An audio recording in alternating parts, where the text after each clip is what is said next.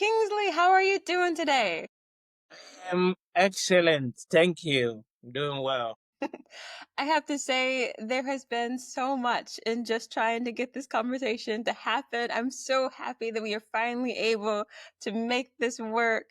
It's always a good thing to have you in my day. And so thank you for being in it. Pleasure. Pleasure is mine. I'm also looking forward to this conversation, you know. It's been a long time waiting. We have battled technology, we have battled schedules, and we have overcome everything to make it happen. So here we are. Yes, two champions trying to make this go. But yes, I have to say, one reason I'm really excited to have a chat with you is because, firstly, you always bring positive energy to wherever space that you're in. And it is something that I absolutely appreciate. I always make certain I try to have really positive people in my life, and I try to make certain that I have great people who can always find their way forward and find their way upward. And that's an important thing to just be able to see and get that inspiration from in everyday life. Um, but also this series in general, I'm trying to chat with just people who make positive changes in their lives. I think people who are making positive changes in the world around them, who are trying to foster positive growth and development in the workplace and the people that they're interacting with. And you, sir, are one of those people. So I have to say, I admire what you do. So thank you for being yourself and for doing what you do in this world. Thank you so much, Laura, for your kind words. It's always rewarding and to hear that people are also looking and also acknowledging and giving us some sort of tap on our shoulder because sometimes we might appear strong in front of other people and all that kind of stuff. But really, it's all about collective effort. It's all about helping people and at the same time being receiving help as well. So I don't think anyone can just stand on his or herself by herself alone. So it's my way of looking at this is that it's a combination of just pulling along with people. And what I have also realized is that when you share yourself with others, it kind of re-energizes you in a way, you know.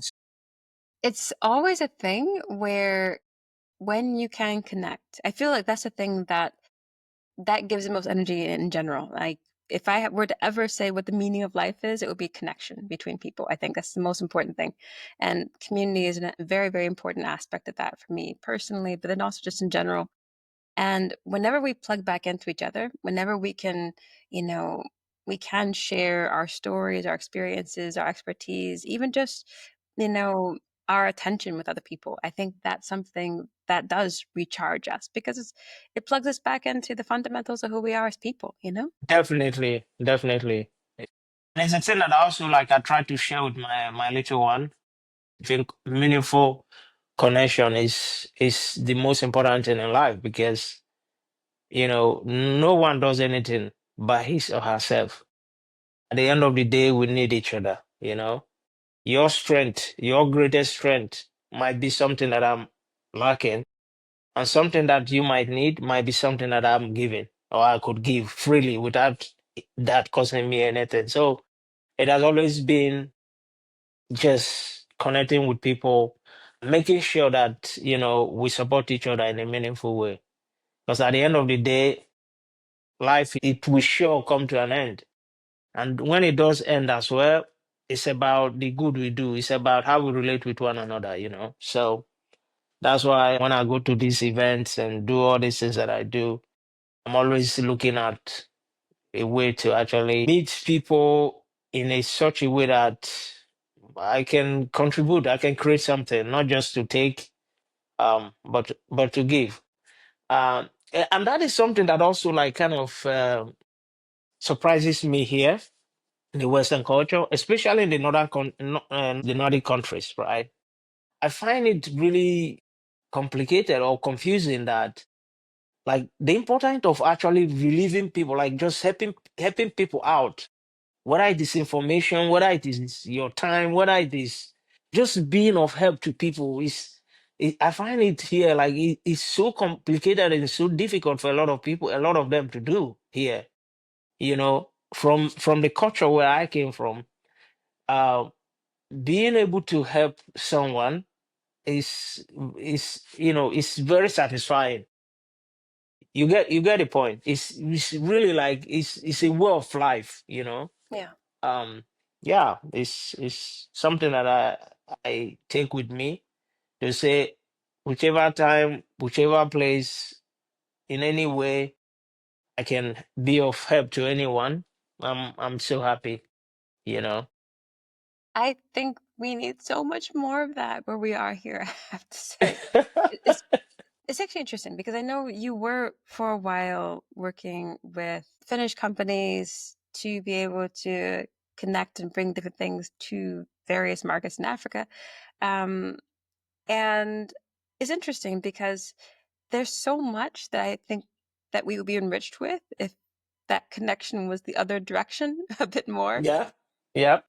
But you always bring something because that's kind of what you do. What you do currently, you are a performance coach and you are helping entrepreneurs, professionals, and business leaders and professionals of various types to prioritize their well being. And you are helping build better lives for a very concrete way in that sense through exercise, nutrition, and physical and mental resilience. And you're supporting people in a way that sometimes gets overlooked when we talk about how do you build something better. You're looking at how do you build something better within people, literally, you know, and Definitely. that is a very essential component for people to be better in many ways. But I'm curious how you define well-being, which is the target that you're trying to bring people towards. What exactly is that well-being that you're helping people aim for? How do you structure an approach to reach that thing? Well, that's a difficult one to explain, but let's let's hope I can do justice to it, okay? Just my way of looking at it and my way of understanding it, right? Mm.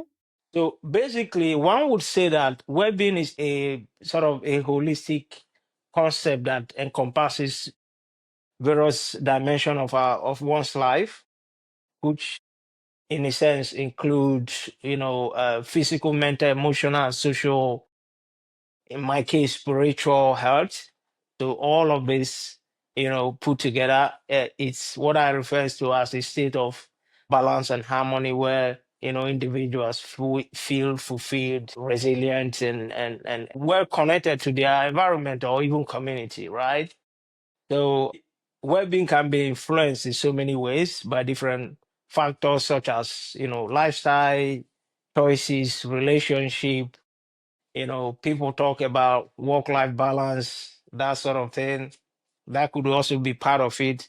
But in all, I think it's more like just achieving success in every area of our lives, right? Ultimately, so it's something that reflects in our individual overall quality of life and ability to actually thrive in and cope with life. So that's my understanding of well-being. And if you think about my mission now to help specifically corporate leaders, because being a leader comes with a lot of responsibility. So my way of looking at it is when it comes to leading or people taking responsibility to actually lead a company, there's a lot that is required. There's a lot in your plate. So, and if you're not well grounded, you might be missing out on the most important thing that is actually going to energize you in order for you to be able to do your job. Especially if you are driving the vision of a company or of a business, right? And you're not grounded with all the like essential foundations to get things done. You're missing out on your sleep and your food. Um, you're not prioritizing that. So it becomes really critical that someone has deep knowledge of how you can help people to actually prioritize these things. Then it becomes really important. That's where my whole mission lies now, to actually help individuals, to help professionals, business leaders to actually prioritize their mental and physical health through specifically exercise, nutrition, and then also building this habit so that it can stick. I see that this is now my life work, you know. So it's a mission that I'm really, really happy because people that I've been able to engage with, I've been able to work with, I can see how their life is being transformed by just breaking some frameworks down for them and giving them just little understanding and nuggets, and then it helps them better. Because let's face it, no, even in our own lives, if we are depleted, if our energy is depleted, we can't give.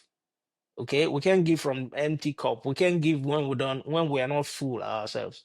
And in order for us to be full, also, you know, this aspect of, you know, well-being, which is as one of those essential elements that can help life, you know, function in a better way. I think that is absolutely essential. Absolutely essential.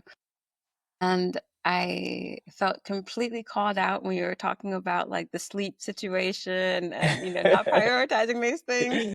I was like, oh, I was laughing to myself, like, yes, this is partially hypocritical for me to have this conversation, but it's very essential because I think everybody needs the people like this in their lives who remind them to do the things that they know they ought to be doing anyway.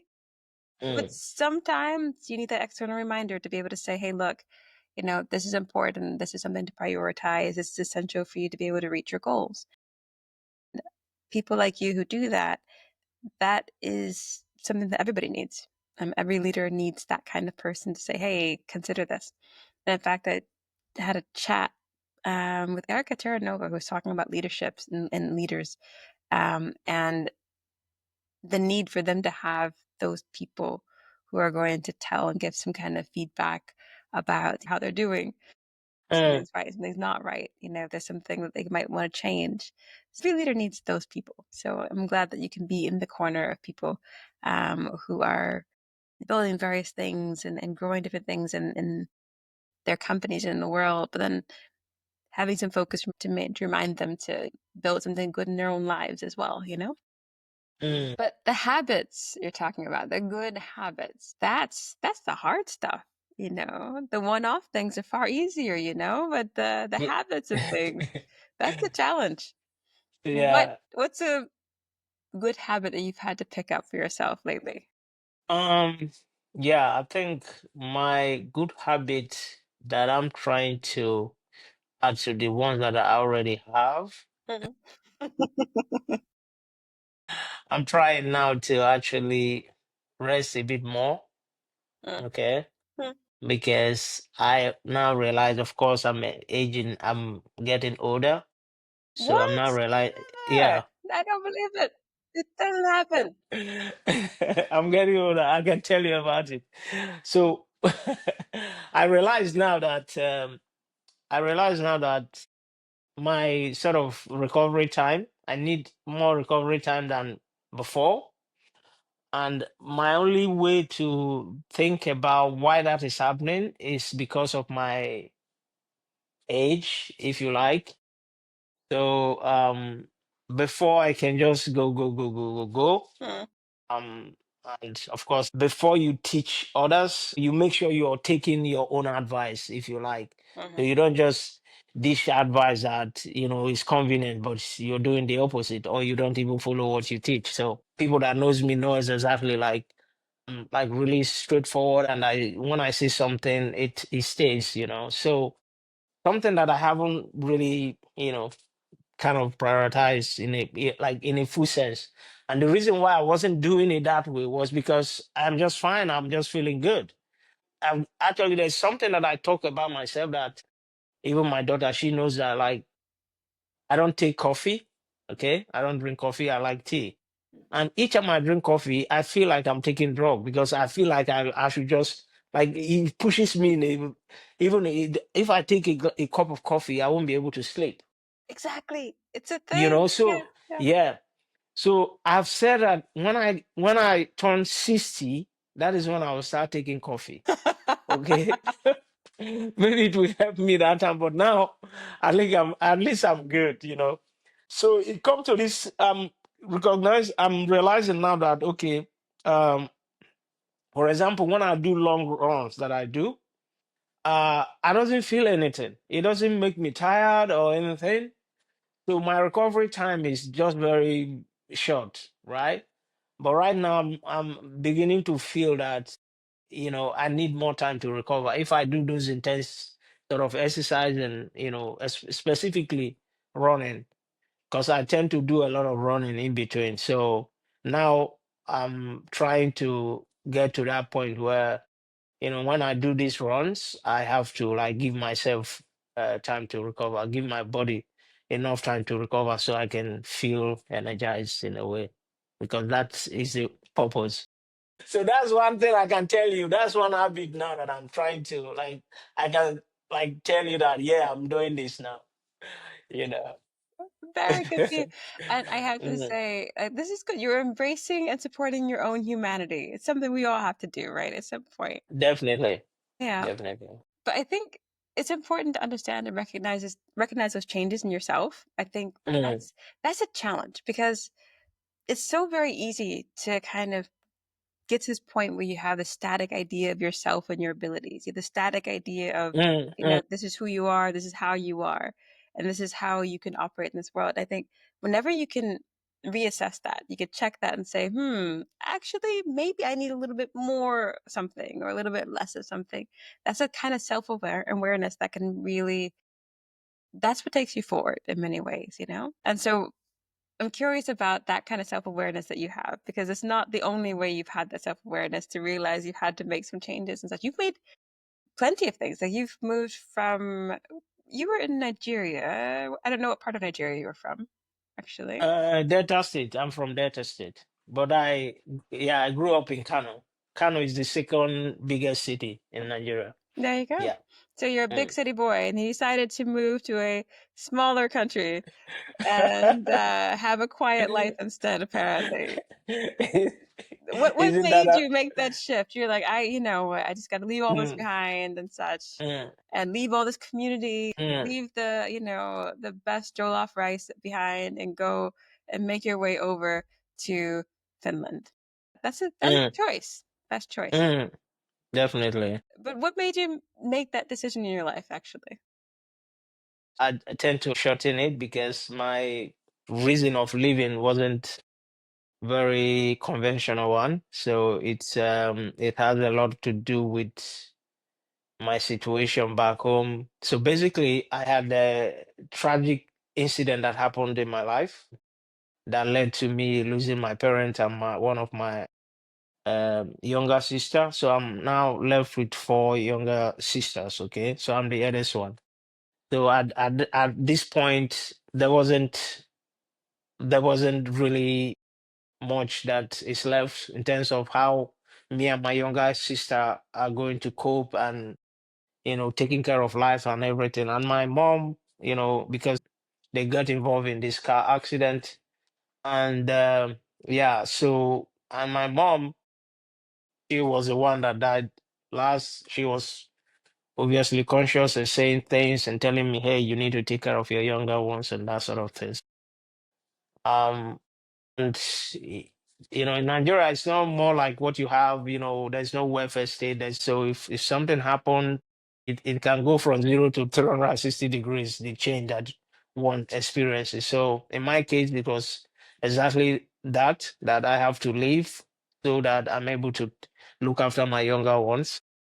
So and when I was leaving Nigeria, it wasn't a question of is it Finland or Switzerland or anything. It was just I just have to go to Europe where I can find opportunity, where I can build my talent. So I would say it's for economic reasons, and then also just to make sure I'm able to take care of my younger ones, work and take care of them. I left when I was so I've lived even in Finland. Yeah, I've lived most of my adult life here in Europe in general because my part wasn't like I said, it wasn't a conventional part or I took a flight and that sort of thing and then I landed and one no, it was me just getting from Nigeria to Lebanon and then busting different borders illegally, from Nigeria to Lebanon to be specific. So I went to Nigeria, Lebanon, then Lebanon, Syria, Syria to Turkey, Turkey to um Bulgaria, Bulgaria back to Turkey, then Turkey back to Bulgaria, then from Bulgaria, then to Greece. And then finally, and within this time, I spent like give and take around 3 years just living. It was really very, very difficult situation those Absolutely. time in order for me to be able to cross over to a better, more peaceful and where I can actually rebuild my life and then begin to work and take care of my younger ones. I, I mean, I'm kind of impressed by your resilience. We talk about trying to build resilience in people. I think you have to look at the person who's given the example of that, and I think you have that, and in spades.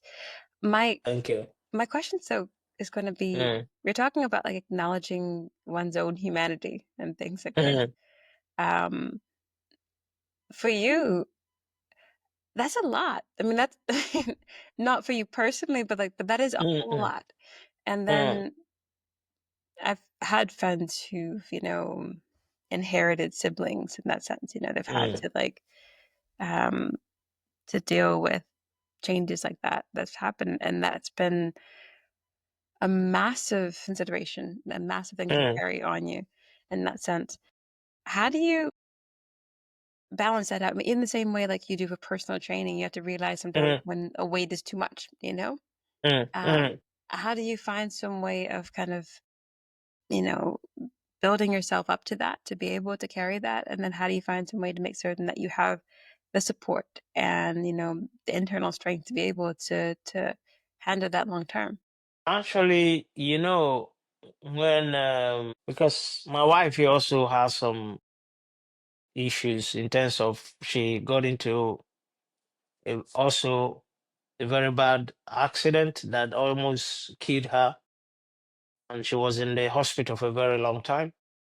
So I went to this. So they wanted to talk to me and our daughter, saying that the situation is it's not something that we can just like we need some kind of therapy and stuff like that. I don't know, what therapy is, to be honest. I haven't heard it's not one that we kind of use that like we hear a lot from where I came from. And even from here, for all the time that I've been here too, I have not been able to associate myself, much with that term therapy, right? So yeah, off we went with my daughter. So they talked to her separately and then also tried to talk to me. And that is the first time I felt like, I felt powerless. I felt like crying. And I don't mean crying is a bad thing, but I cry myself, but not so often.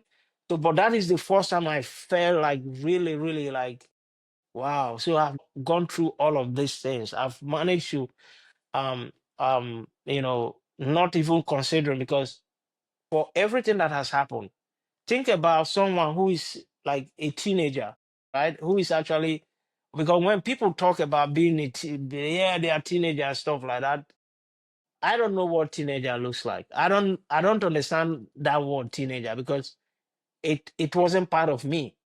At the time when I was actually trying to even know who I am in terms of that age, being teenage, that was the time that the responsibility of actually taking care of my younger ones was solely on me.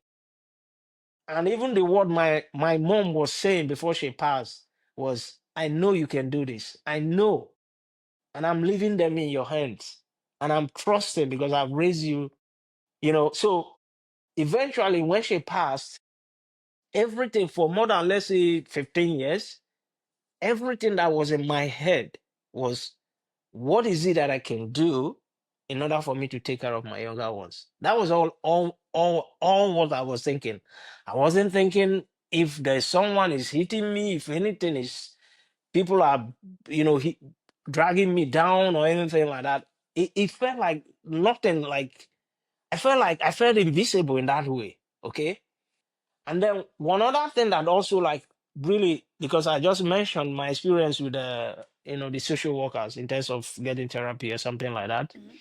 And I didn't go back there. That was the one time and but anyway, that experience taught me, oh, wow. So there are a lot of things that have been going not so good in my life that I'm not even aware of it. Okay. Mm, The reason why I think I've been able to just keep going mm, and have, like, smile on my face and just looking for the next opportunity, it's also due to, I think, how my brain is a bit wired in a weird way. Like, I'm not. I also know that a lot of people, they tend to visit their past mm. or try to see like what is there in that way. But my time of actually going back to my past is only when there is something that is empowering me. There is something that is going to give me, because when I remember like how I lived, the few time I spent with my mom, I'm thinking about how powerful she was as a woman. I'm thinking about my grandpa, how he's telling me, like, I have the spirit of our ancestors. I'm strong. So these are the kind of things that plays in my head. So I don't know. It just block off, the things that are not so good about my past. You know, I guess that is how I'm able to like kind of just manage the situation. I like how you can take power from the circumstances or from the experiences that you've had, and you're kind of Mm, choosing some things to take with you from there, which is, I mean, that's the decision everybody has to make at some point in mm, their life as to like, what do you want to take from your past? What's going to give you what you need to get to where you're going in your future? Like, and that's a massive consideration that everybody has to take. I find that to be a hard thing to do sometimes when I get to a different stage. I mean, it's a conscious thing I have to do, let's put it that way. Like when I go to a different context, if my life mm, has had some dramatic change, I think about what is it that I want to take with me from the previous stages? What's the thing I mm, wanted to leave behind? What things I wanted to build off of?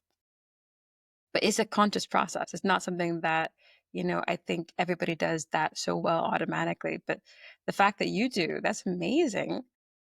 Here's something I was thinking about as you're talking about. You're saying that therapy is not a thing that like you've had much familiarity with and such. mm, mm, mm. This is something I've heard from so many of my West African friends in particular, by the way. Yeah, And they're yeah, like, yeah. "What? What is this? Like why? Like why? What is the whole thing?" And I Yeah. have come to this thought that honestly, Mm, therapy has a value. Certainly, I do think it's mm, something, but when you are like a person who is from a different continent, as we are, where we are mm, based, mm, if you are from a different culture, if you have mm, you may not be able to have like therapy in that local context that makes mm, much sense for you. mm. But therapy is support. It's help that that Definitely. person needs. And I think how a culture or how a place defines that or approaches that or creates that, it's going to be very, very different. Mm, I find that, it's something when I came, remember once when I went back home, I'm from Detroit. I mm, went back home and I hadn't been to church in a long time, I have to say. But I went there and it was a situation, I think somebody's kid had gotten killed or something, I think. mm, And the mom was crying there and such people were laying hands on her and, and praying. mm, mm, And I realized that's therapy. For her, mm. that is 100% what that is. Like Sure, sure. in that context, Mm, if you that period of letting things go and mm, crying and processing that whole situation and all that stuff, for her, that mm, church was her therapy. mm, Other times it might be you go and you talk to your auntie, talk to your mm, auntie or, like a grandma figure or something like that. And that's therapy, like from where I'm from in many ways, because you may not have like the financial resources or the access mm, to, formal therapy. But I think mm, cultures have different approaches to it, like, but there has to be some way where you can be seen, where you can be acknowledged, where you can get support, where you can feel loved and accepted, where you can, get wisdom and input and things like this. And how that's packaged in different places is going to look very, very different, in my opinion. But every culture in that sense has some kind of therapy. It's just not always, not like sitting in an office for everybody. You know what I'm saying? Yeah. Exactly. I think you have a really, really good point there, you know, because like you said, culturally, it's not like we don't from Africa, it's not like we don't have this, as you're explaining it now, as you're breaking it down, right? In Africa, we actually have therapy according to your explanation. And I can feel that that is exactly what has helped us also and continue to help us to this day. Okay, maybe we don't just call it therapy, but it is what it is therapy, Yeah. right? Where your family, relatives, they are all involved in our lives. Okay, we have these issues, we share with them. They give us genuine advice, and these are people that really, really care about you, right? So, and they want you to succeed. They want you to, to survive, that sort of thing. So in my case, I think it's fair to say that, of course, like when, for example, when the issue of my wife here accident happened, um, the only thing that helped me um, was my younger sisters. When they were calling, we were talking almost every day. Okay, apart from other physical things that I do, that also kind of put me in the zone. That um, blocks of a lot of like emotions that are not like very energizing and stuff like that. My sisters, they were very, very involved. They were calling, they were talking to me, we cried together. I remember my sister calling me crying. Just because she was crying, I started crying. And that was it. And if there's anything I miss here, right, in terms of that therapy thing, and that is because when people and outsiders, because some people that knows exactly the situation with my wife, and me being there for her, just even with our business also kind of went down because she's very active in the business, right? We lost a lot of money, and she was in the hospital for a very, very long time. So some people that knows about the situation, what we're dealing with at the time, what I'm dealing with at the time. Actually, when they see me and ask me, Kingsley, how you holding on? Like, I'm proud of you. So when they begin to say these things, I feel like crying, and that is the time I feel like, okay, someone is actually, acknowledging the effort that I'm putting and the situation that I am in and stuff like that. So, and then of course you look at the immediate, like extended family here, they never even ask how you doing, like how you keeping, like they never even do that. And even till Subi was in the hospital, she came.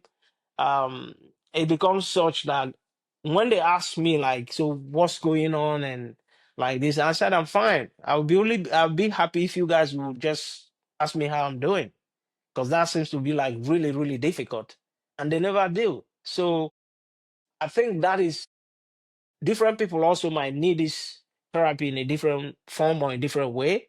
But I think, like, as you just cleverly sort of, explain this, I think it's not just going to office and sitting down, someone staring at your face and asking you how you feeling, um, waiting for you to say one word and stuff.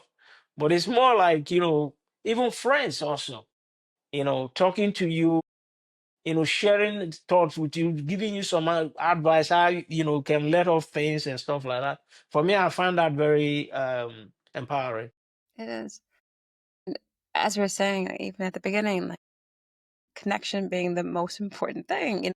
Mm, I think if there's any way like you can have integrated therapy in the sense of like have something where it reconnects you with the people, like being mm, connected with the people around you, actually connected with them. That's mm, that is something that's restorative. That's something that recharges you. That's something that gives you something that allows you to get through whatever in that sense. but it's the hardest thing. It is the hardest thing Mm, to be isolated, to be alone. And I think that's the hardest situation um, where I agree. you know to Mm, go through those things, but to feel that you're alone while going through those things is the worst. I am so grateful you've got your sisters. I'm so grateful that you do have people in your life who check up on you, who care about you, and this sort of thing. It's it's important to make certain that you build in those moments to have that recharge time, definitely. even if you are the super strong person who's, doing all kinds of things and such, you know, everybody needs to have that Definitely. time, that care. Definitely. I can't agree more. Yeah.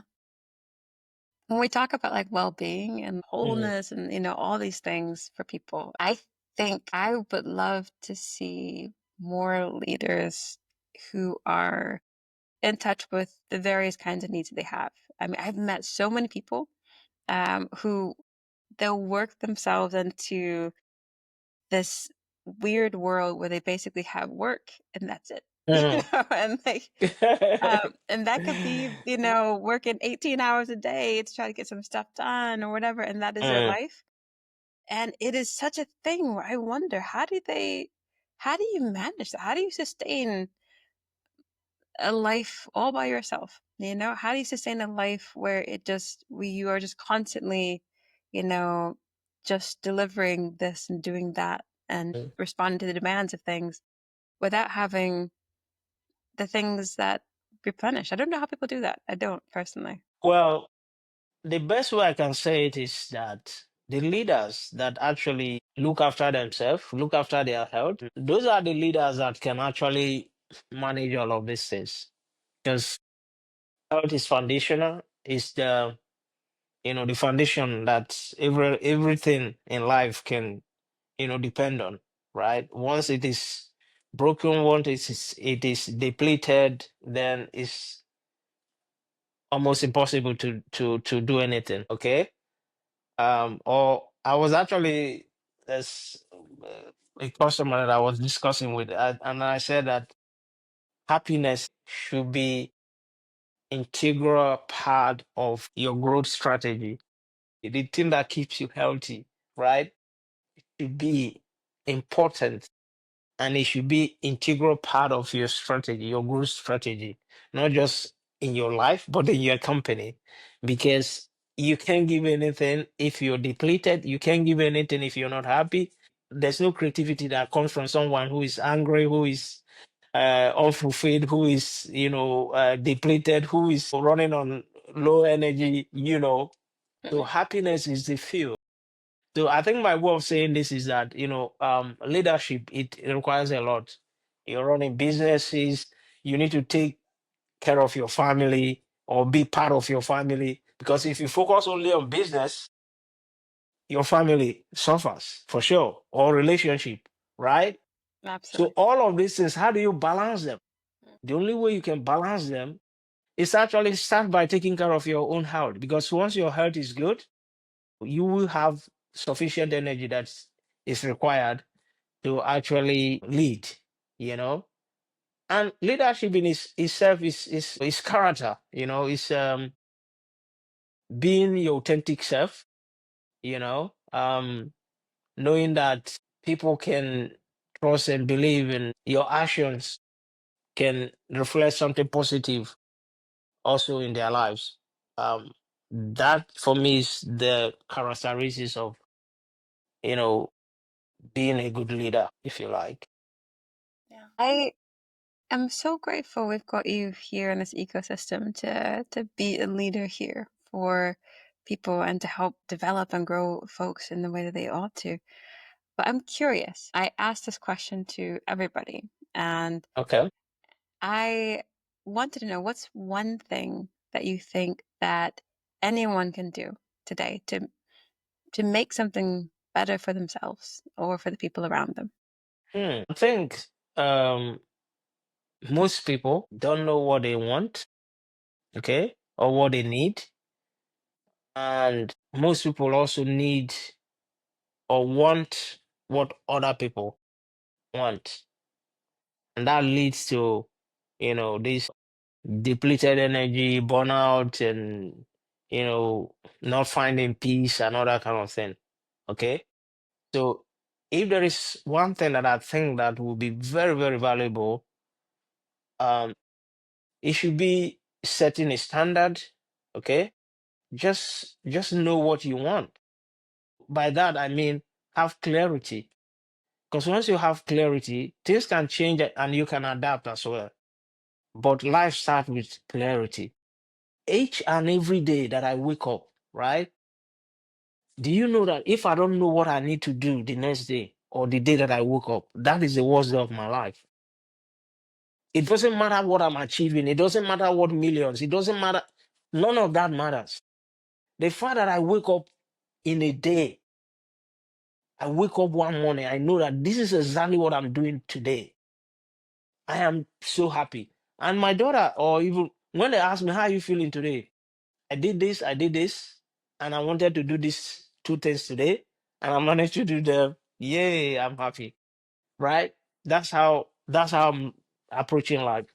Just knowing what you need to do. It doesn't need to be too big or anything. Just having that clarity, it gives you peace, it gives you hope, because once you are hopeful, life means something. Even if they say that hope is not a strategy, but at least you have something you're looking up to for the next, for the next, for the next. So yeah, just clarity of mind is so, so helpful. And it has helped me regardless of whatever situation I've been, challenges, it doesn't matter. Once I know, like, okay, this is it. When my wife, for example, I can give you this, tell you this. When we're in the hospital, she was, the doctors were treating her and things for that. Eventually she started sitting, and then, she barely can, she wasn't even walking or anything. And then I said to her, tomorrow, our plan tomorrow is to get you to stand up, right? And let's see if we can make some couple of steps. Is that good? Yeah, we can try. And we did that following day. And I was so happy. And all of this shaded whatever else that was happening in terms of, oh, can she walk again? Will she be able to survive this? You know, um, one of her arm is being amputated, as a girl, that sort of thing. None of that was in my head. I wasn't thinking about anything. Is she going to be able to manage? How is she going to feel? Will she be depressed because of this situation? And blah blah blah. Blah. No, there's list of things that can go wrong that can make me go to that side of. But I just said it's just gonna be one thing at a time. And yeah, clarity is so helpful. Yeah. That's is a massive thing when it comes to being able to have hope, having clarity or goal. Mm, You'd asked me before, in the previous chat about like what what is even depression? Like what is that? Like you weren't quite certain mm, like, what does that mean and all these things. And I was like, it's kind of like the absence of hope, but you cannot find that way forward. 9 times out of 10, for me to overcome depression, it takes me having some plan, some goal, mm, something. I mm, think my way out of depression half the time. mm, And if I can find something, if I can think of, there is something to work for, if I can think of there mm, is something to try for, there is something to hope for, that's where I find my way forward. That's where I get myself out of, whatever emotional pit I might be in at that particular point. mm, mm, But there has to be that goal. There has to be something that I can define, and then I need to find some way to think through to try to get to that kind of thing. mm, It takes that, and I think for you know well-being, then a lot of it, is the clarity, is the hope, is the connection, um, and it's making certain that we have that, you know, something in us, that reserve in us to be able to keep going for those things. definitely. I am so grateful that we've got people like you who are here, who Thank are you so much. always, always going forward in some ways. And if ever I could be a part of your community, I'm honored to be. So, uh, just to cheer you on, support you along the way, or just to ask you how you're doing. Okay. Definitely. I'm already your fan club, you know. I'm really proud of you because, the very, very, very first time we met, we had a really, really rich conversations, and it was and then of course from the work that you do since then, it's always, a great honor to be part of what you're doing, and also get to know you, because like we were discussing in this having this conversation is always, a bit of everybody that makes us stronger, and I think that's what you bring. So I'm really grateful for the opportunity. Even this conversation that we're having is really uplifting. So thank you so very much. It's honestly my Yeah. pleasure. But I have a question for Mhm. you. If Yeah, somebody please. wants to get in touch with you and they're like, hey, I would love to see or to have Kingsley in my day Mm, to help, mm, me as I go forward as a leader, as a professional, mm, if mm. I'm trying to build out my journey and such, how could they get in touch with you? So LinkedIn, Kingsley Ify, on LinkedIn. Mhm. I'm very active right there. And then of course on our website as well. You go to EliteZone.fi. So the so many channel where they can reach me. So feel free to connect with me in those different channels. Well, people, I Yeah. do Mm. hope that, anybody listening will certainly do so. um, you make days better, you make places around you better, and the people that know you, they're certainly better off for it. So thank you very much for your time, and I hope that you have a great rest of your week. You too. Thank you so much. It's so much pleasure to be with you, Lara. I appreciate the time. My pleasure. Have a great one. Take care. All right. Take care. Bye.